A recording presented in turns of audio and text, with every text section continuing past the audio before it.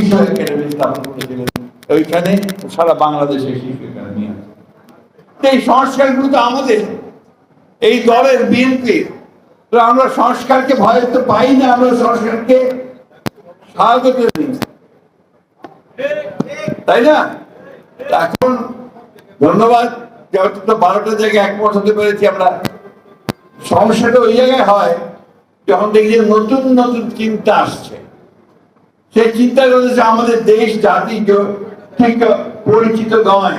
এ ব্যাপারে আমি কমেন্ট করবো না, একটা কমেন্ট করতে চাই।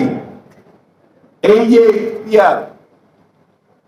প্রপোর্শনাল রিপ্রেজেন্টেশন বা বাংলা কি বলে, আনুপাতিক হারে প্রতিনিধি আপনার পার্লামেন্টের লোয়ার হাউসে, এটা আমাদের দেশের মানুষ বোঝেই না। তারা বলে পিয়ার কি জিনিস ভাই?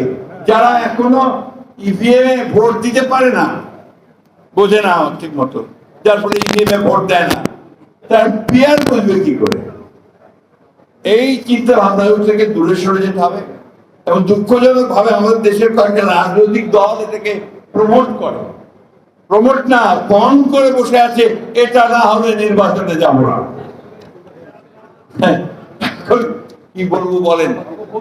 এই দেশের মানুষ যেটাতে অভ্যস্ত, সেই ভোটের ব্যবস্থা করেন, তার প্রতিনিধিত্বের ব্যবস্থা করেন, তার যে প্রতিনিধিত্ব থাকে, রিপ্রেজেন্টেশন থাকে, সেই পার্লামেন্টের নির্বাচনের ব্যবস্থা করেন, তাহলে এই সমস্যাগুলো সমাধান হবে, না হলে হবে না।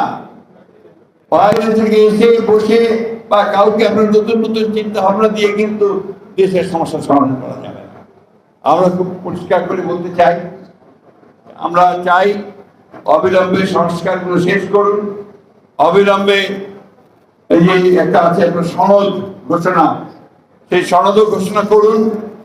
আর দয়া করে নির্বাচনের যে তারিখটা নির্ধারণ করেছেন আমাদের ভারপ্রাপ্ত চেয়ারম্যান জনাব তারেক রহমানের সঙ্গে লন্ডনে বৈঠকে বসে, যেটা জাতীয় অনুপ্রাণিত হয়েছে, আশান্বিত হয়েছে, সেই সময়টাতে নির্বাচন দিন, মানুষ তার অধিকারটা ফিরিয়ে দিন, ভোটের অধিকার ফিরিয়ে দিন।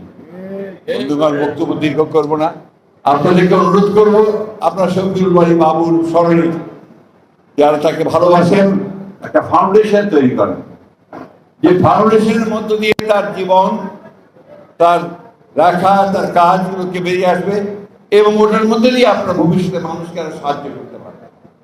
আমাদের শফিউল বারী বাবুর স্ত্রী, সে অনেক কাজ করার চেষ্টা করে, কিন্তু একটা সমস্যা, তাকে আমরা কোথাও জায়গা দিতে পারি।